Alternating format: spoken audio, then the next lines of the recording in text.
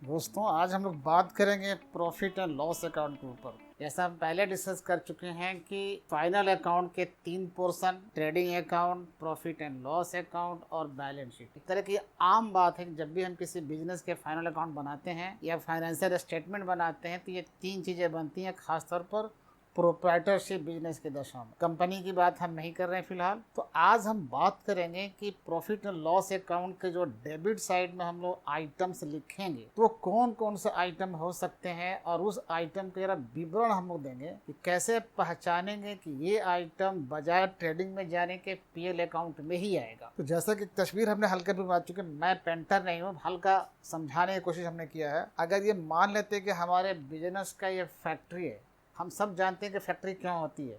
अगर हमारा प्रोडक्शन का काम है, उत्पादन का काम है, तो फैक्ट्री हो सकती है। अगर हमारा प्रोडक्शन के उत्पादन के काम नहीं है, सिर्फ माल खरीदना है बेचना है, माल खरीदना है बेचना है, ट्रेडिंग बिजनेस है, तो वहाँ पर फैक्ट्री हमारी नहीं होगी। तो हमारे बिजनेस में फैक्ट्री हो भी सकती है, फैक्ट्री नहीं भी हो सकती है। इसका आप ध्यान रखिए पूरा। चलिए मान लेते हैं कि अगर हमारे यहाँ फैक्ट्री है तो फैक्ट्री के जितने एक्सपेंस हो सकते हैं, और देखना ये फैक्ट्री एक अलग चीज हो गई, और इस फैक्ट्री के जो कमांडिंग ऑफिस है, जो एडमिनिस्ट्रेटिव ऑफिस है, वो इस फैक्ट्री के परिसर से, इलाके से दूर है, अलग है। इसको ऐसे मान सकते हैं, अगर हमारी फैक्ट्री अगर जमशेदपुर में है तो उसके जो कमांडिंग ऑफिस है या पॉलिसी मेकिंग ऑफिस है मुंबई में हो सकता है, या फिर कोलकाता में हो सकता है, यानी उससे अलग हो सकता है। और जहां हमारी फैक्ट्री है उस फैक्ट्री के परिसर के अंदर भी छोटे मोटे ऑफिस हो सकते हैं, जो वहाँ के डे टू डे ऑफिस का जो काम है या जो ऑपरेशनल फंक्शन है उसको देखभाल करना है, जो सुपरवाइजरी फंक्शन है, वहाँ एक ऑफिस खोल करके। तो वो ऑफिस कहाँ होगा? हमारे फैक्ट्री के अंदर हो सकता है। तो जब फैक्ट्री हो और फैक्ट्री के अंदर ऑफिस हो, और एक वो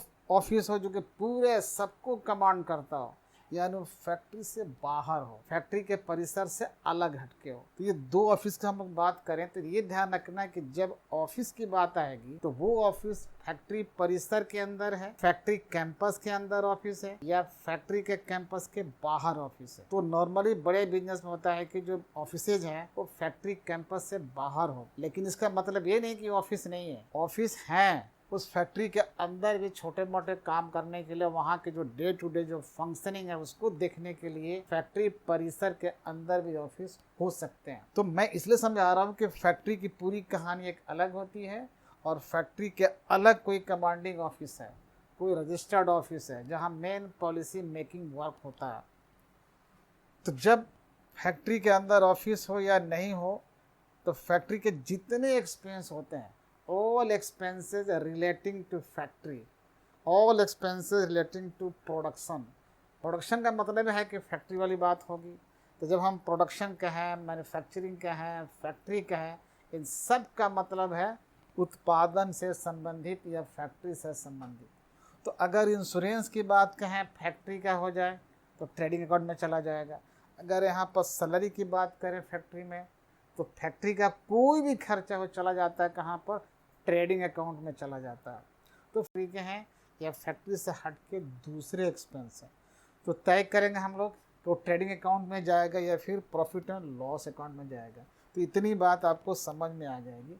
अगर कोई भी एक्सपेंस है लेकिन ये पता नहीं चलता कि वो फैक्ट्री का है, हम ट्रेसिंग करते हैं क्या एक्सपेंस फैक्ट्री का है। अगर मालूम होता है कि हाँ ये फैक्ट्री का है, तब तो ट्रेडिंग में चला जाएगा। लेकिन जब लगता है कि ये फैक्ट्री का नहीं है, तो सीधे वो एक्सपेंस कहाँ लिखते हैं हम लोग? प्रॉफिट एंड लॉस अकाउंट में लिखते हैं। तो ये ध्यान रखना। तो आज हम देखने जा रहे हैं और डिस्कस करेंगे कि कौन कौन सा आइटम है जो बजाय ट्रेडिंग अकाउंट के, और वो आते हैं कहाँ पर? प्रॉफिट एंड लॉस अकाउंट के डेबिट साइड में आते हैं। ये जो हमारा जो ऑफिस है जो अलग है, इस ऑफिस का कोई भी एक्सपेंस, इस ऑफिस में होने वाले एनी टाइप ऑफ एक्सपेंस, ये सब का सब प्रॉफिट एंड लॉस अकाउंट में रिकॉर्ड किए जाते हैं। तो उसको नॉर्मली एक हेडिंग के नाम पर कई बुक्स में लिखे गए हैं, ऑफिस एक्सपेंसेस। तो समझाने के लिए हमने भी यहाँ बता दिया ऑल ऑफिस एक्सपेंसेस। अब वो कौन कौन से हो सकते हैं, 2-4 आइटम हम लिखेंगे, बाकी आपको लॉजिकली देखना है कि क्या ये ऑफिस का एक्सपेंस है। कुछ भी नाम उसका हो, अगर ऑफिस का है तो प्रॉफिट एंड लॉस अकाउंट के डेबिट साइड में आएगा।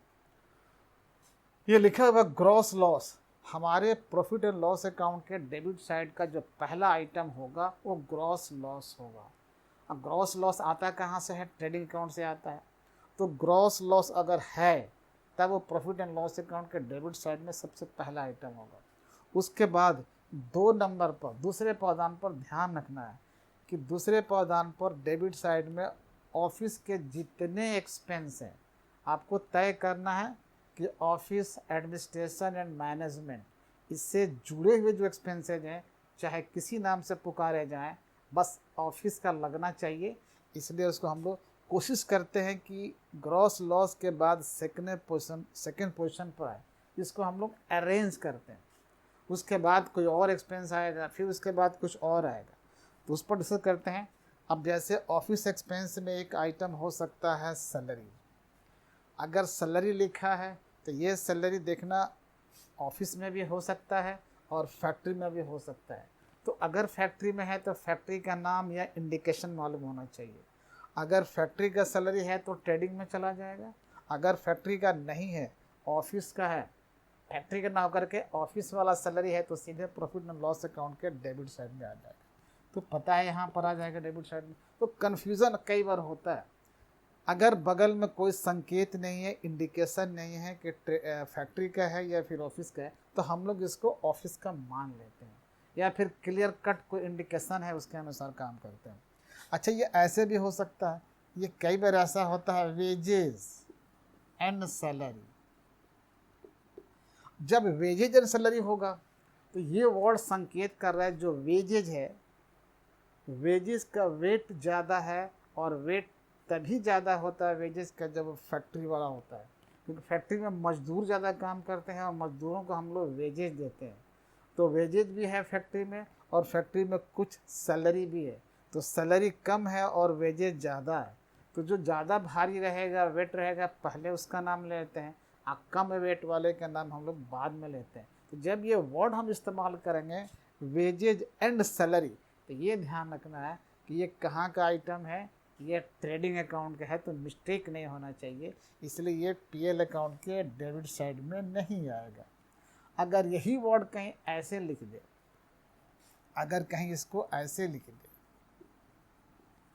सैलरी एंड वेजेस, अब यहाँ पर 2 वर्ड आ गए, सैलरी वर्ड भी आ रहा है और वेजेस भी आ रहा है। इसका मतलब जहाँ भी है, या तो फैक्ट्री या फिर ऑफिस, लेकिन देखना है कि हमारे ऑफिस में सैलरी देने पड़ते हैं, अब थोड़ा बहुत किसी मजदूर को वेजेस देना पड़ता है, लेकिन सैलरी के कंपैरिजन में हमारे वेजेस का वेट बहुत कम है। ऑफिस में सैलरी का वेट बहुत ज़्यादा होता है और वेजेस के वेट बहुत कम है, बहुत थोड़े से होते हैं अमाउंट। तो जब ये वर्ड इस्तेमाल किया जाएगा तो पहला वर्ड आएगा जिसका वेट ज़्यादा होता है। इस वेट से ही पता लग गया कि सैलरी पहले आया है, मीन्स वेट ज़्यादा है, और जब वेट ज़्यादा है इसका मतलब ऑफिस वाला है, और थोड़ी बहुत वेजेज है। तो वेजेज यहाँ भी हो सकते हैं, वेजेज ऊपर भी हो सकते हैं, लेकिन फैक्ट्री में वेजेज ज़्यादा होता है, सैलरी कम, इसलिए वर्ड पहले हमने बता रखा। और इस ऑफिस में सैलरी ज़्यादा होता है, वेजेस कम होते हैं, तो उसके हिसाब से ये वर्ड आएगा। तो सीधा बगैर इंडिकेशन का हम लोग समझते हैं, और ये प्रॉफिट एंड लॉस अकाउंट के डेबिट साइड में जाएगा। तो ये वर्ड यहाँ पर रहेगा, अमाउंट लिख देंगे। अच्छा, ऐसा भी हो सकता है कि रेंट एंड रेट्स, ये वर्ड आते रहता है। जब रेंट एंड रेट्स लिखेगा तो या तो बगल में इंडिकेट कर दे, क्योंकि रेंट फैक्ट्री का भी हो सकता है, रेंट ऑफिस का भी हो सकता है, तो हमें तो इंडिकेशन देना पड़ेगा।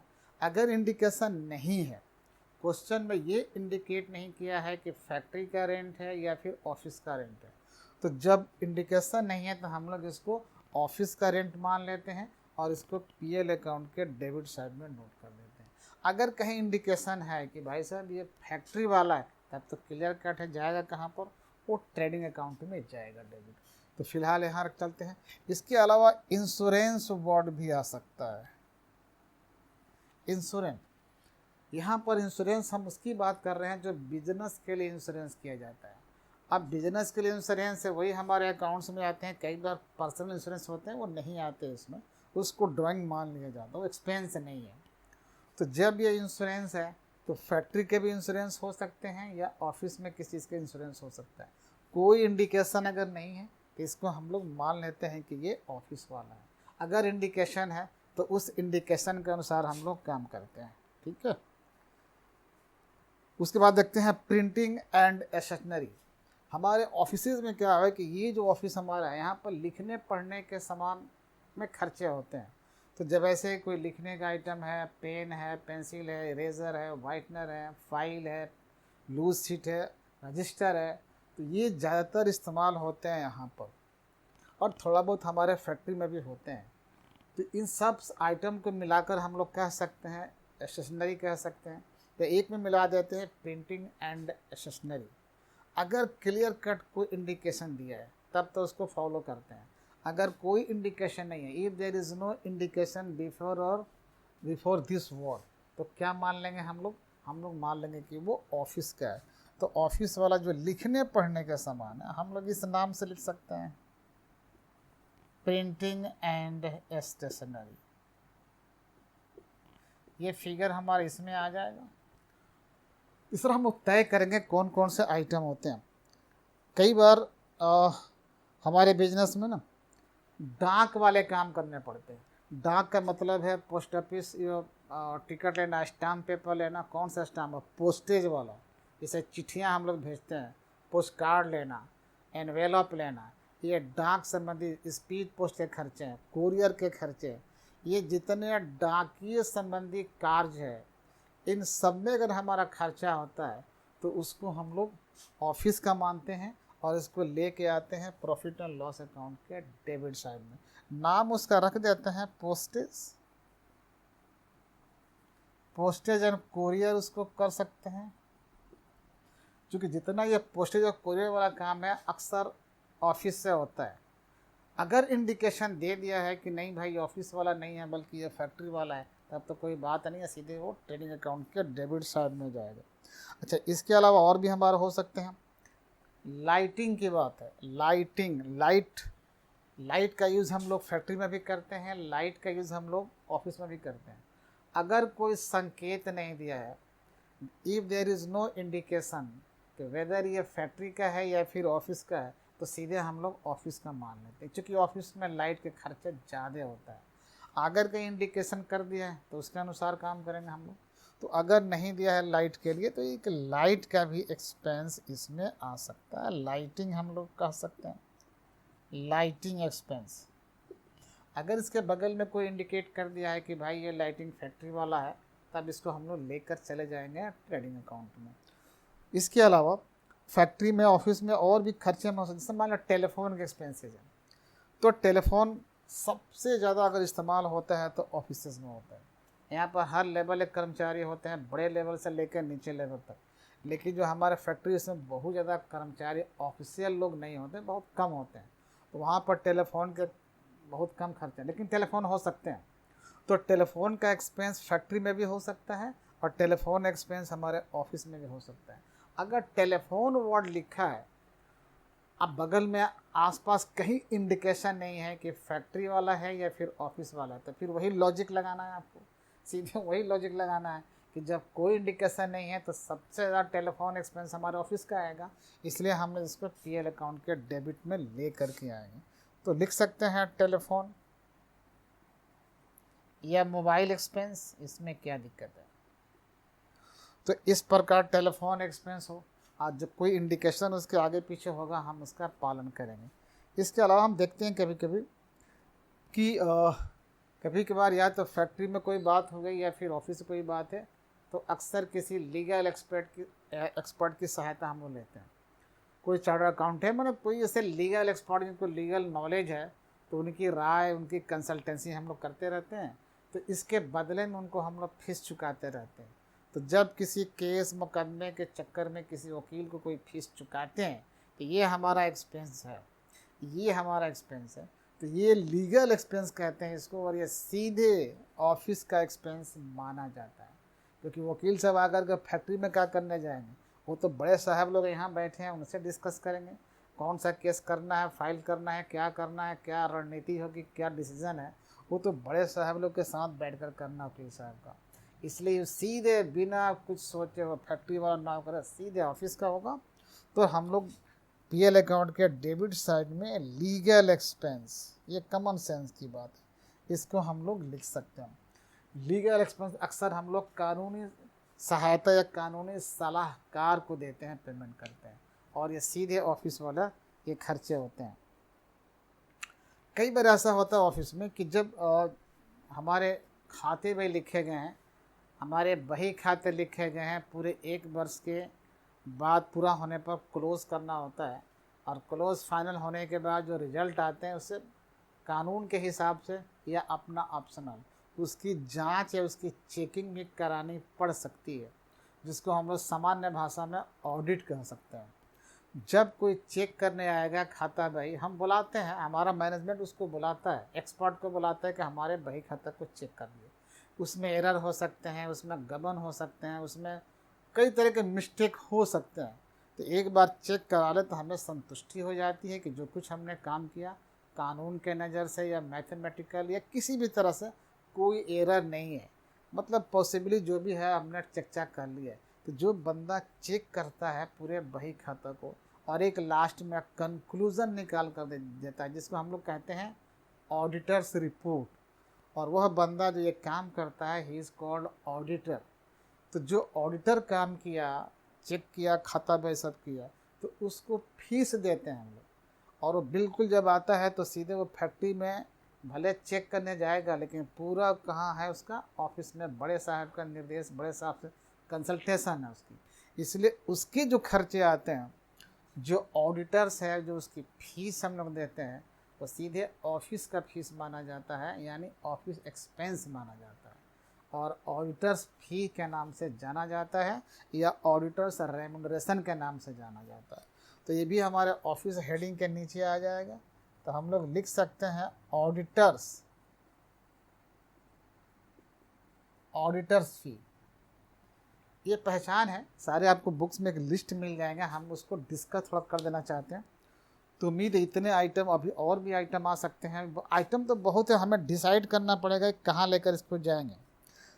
कई बार ऐसा होता है कि ट्रैवलिंग एक्सपेंस हो सकते हैं, तो जो ट्रैवलिंग है हमें ऑफिस के थ्रू करना होता है, यहाँ जाना है बिजनेस के काम से, फिर वहाँ जाना, वापस आना, फिर कहीं आना जाना, तो ये बिजनेस के काम से आना जाना है, तो ये आना जाना उसका संबंध हमारे इस उत्पादन प्रोडक्शन से नहीं है, तो सीधे इसको भी ऑफिस एक्सपेंस माना जाता है, और इसको हम लोग कहाँ लिखते हैं, पीएल अकाउंट के डेबिट साइड में लिखते हैं, ट्रैवलिंग एक्सपेंस।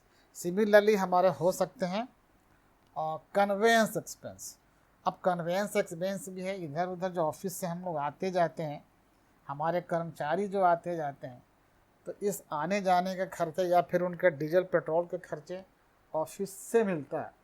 ऑफिस वाले डिसीजन कर रखे हैं, चलो आप आओगे जाओगे, आपके गाड़ी के तेल के खर्चा, पेट्रोल का खर्चा या कैब के खर्चा हम दे देंगे आपको, and that is called conveyance. तो ये जो कन्वेंस है सीधे ऑफिस का माना जाता है, और तब इसे प्रॉफिट एंड लॉस अकाउंट के डेबिट साइड में हम लोग जा करके नोट कर लेते हैं। ये कन्वेंस भी हमारे पीएल अकाउंट के डेबिट साइड में आ सकते हैं। इसके अलावा स्टाफ वेलफेयर एक्सपेंस हो सकते हैं।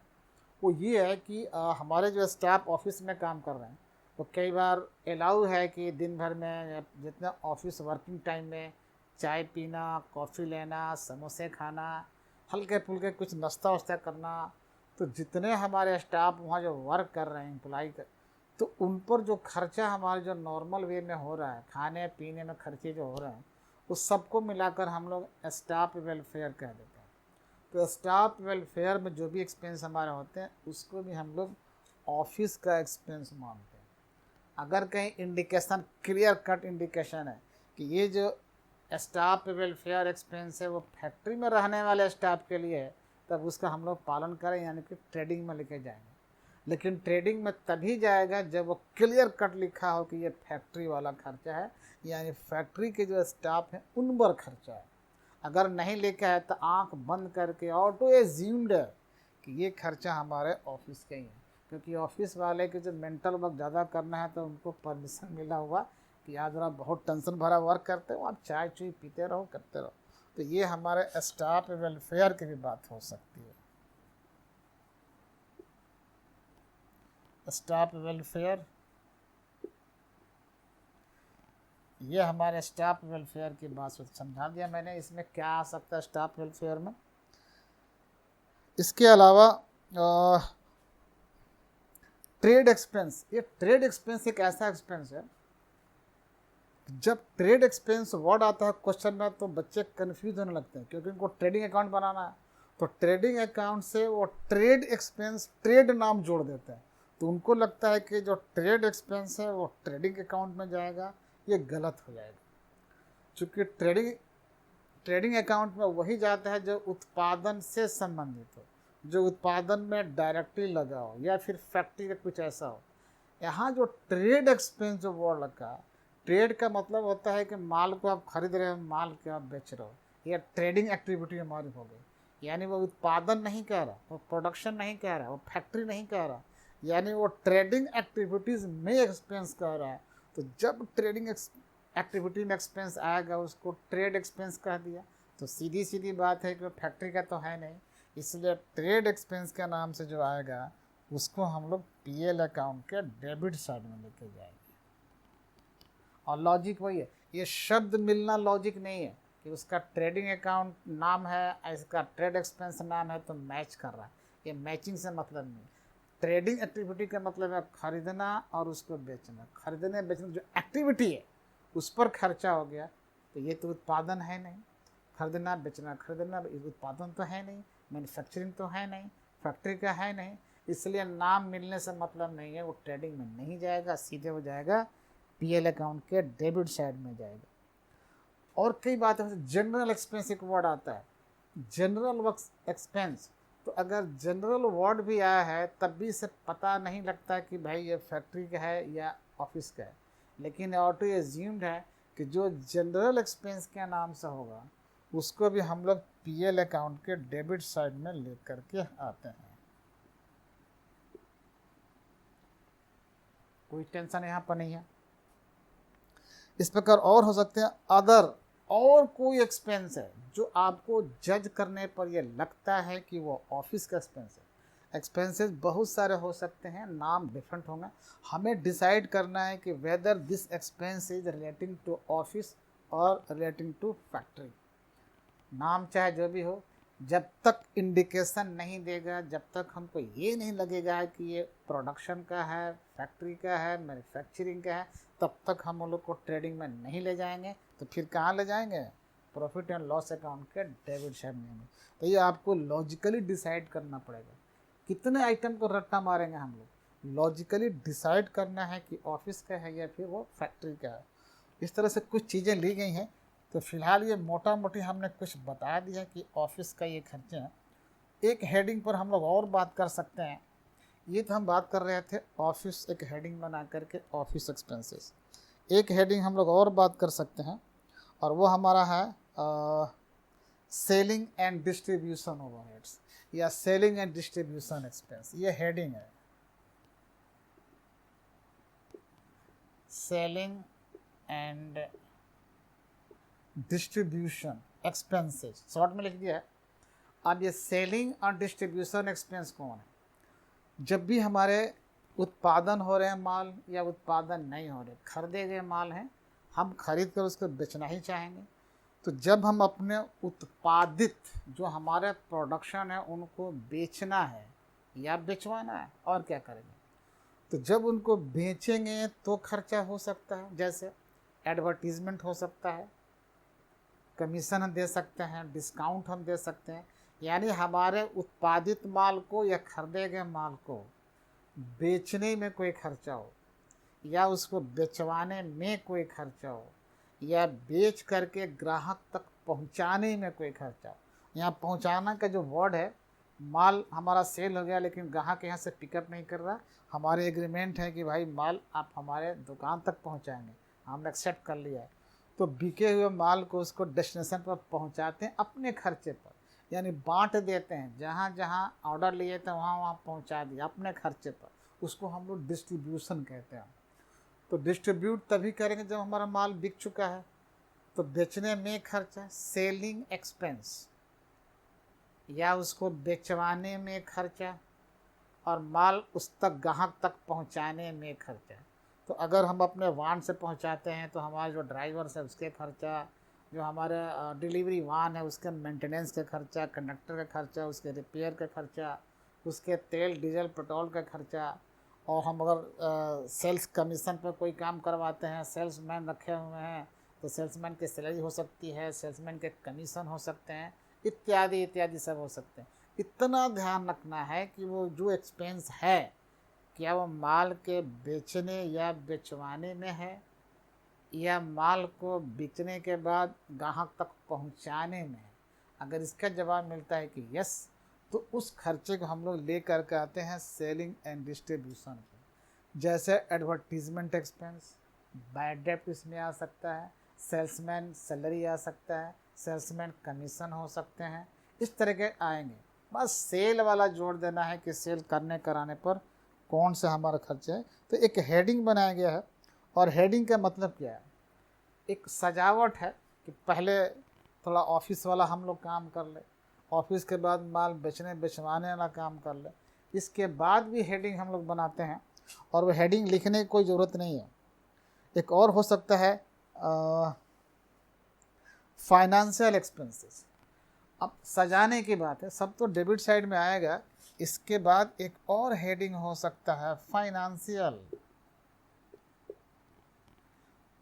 अब जो हम व्यापार के लिए जब फाइनेंस मैनेज करते हैं, फाइनेंस अवेलेबल कराते हैं हमारे बिजनेस में, लोन कैसे लेते हैं, वित्त का प्रबंध करते हैं, फाइनेंस मैनेज करते हैं, हमारे कैसे बिजनेस चलेगा।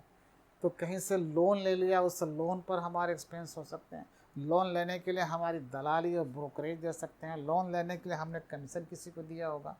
तो जब हम वित्त की व्यवस्था करते हैं, फाइनेंस अरेंज करते हैं अपने बिजनेस के लिए, तो उस पर जो हमारा खर्चा होता है, उस खर्चे को हम लोग लेके आते हैं फाइनेंस एक्सपेंस के नाम जानते हैं।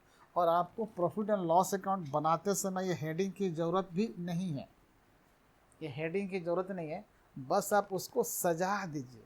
तो सजाते समय ये ध्यान रखना है कि पहले हम लिखें तो ऑफिस वाला पहले ऊपर लिख लें, और उसके बाद लिखें जो खर्चा हमारे सेलिंग और डिस्ट्रीब्यूशन वाले खर्चे हैं, और उसके बाद जो हमारे फाइनेंशियल मैनेजमेंट के जो खर्चे आते हैं, लोन पर इंटरेस्ट है, कैपिटल पर इंटरेस्ट है, ये जितने जो वित्त व्यवस्था करते हैं उसके जो खर्चे हम उस हेडिंग के अंदर डाल सकते हैं। जैसे बैंक चार्जेस वगैरह है, ओवरड्राफ्ट पर हमारे इंटरेस्ट हो सकते हैं, इसको हम यहाँ पर लिखते हैं डिस्काउंट अलाउड वगैरह इसी में लोग लेते हैं। तो इस प्रकार ये हेडिंग आ गया। एक लास्ट हेडिंग हो सकता है एबनॉर्मल। एबनॉर्मल हो सकता है,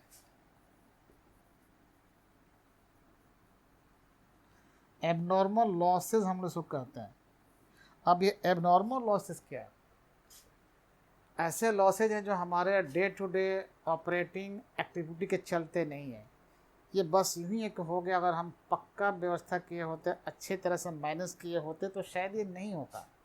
अब एक तरह का एक्सीडेंटल है, जैसे loss by fire, loss by theft, loss by accident, इस तरह जो हमारा होता है।